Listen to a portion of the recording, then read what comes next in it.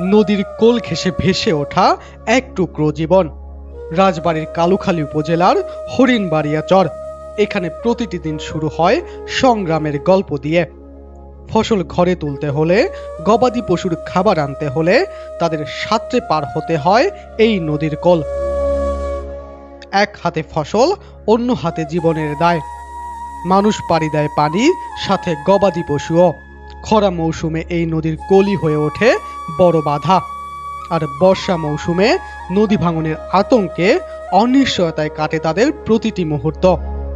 তবুও থেমে থাকে না জীবন। অদম্য সাহস আর বেঁচে থাকার লড়াইয়ে হরিণবাড়িয়া চরের মানুষ প্রতিদিনই লিখে যাচ্ছে টিকে থাকার গল্প। দৃঢ়তা, সংগ্রাম আর আশার এক জীবন্ত প্রতিচ্ছবি।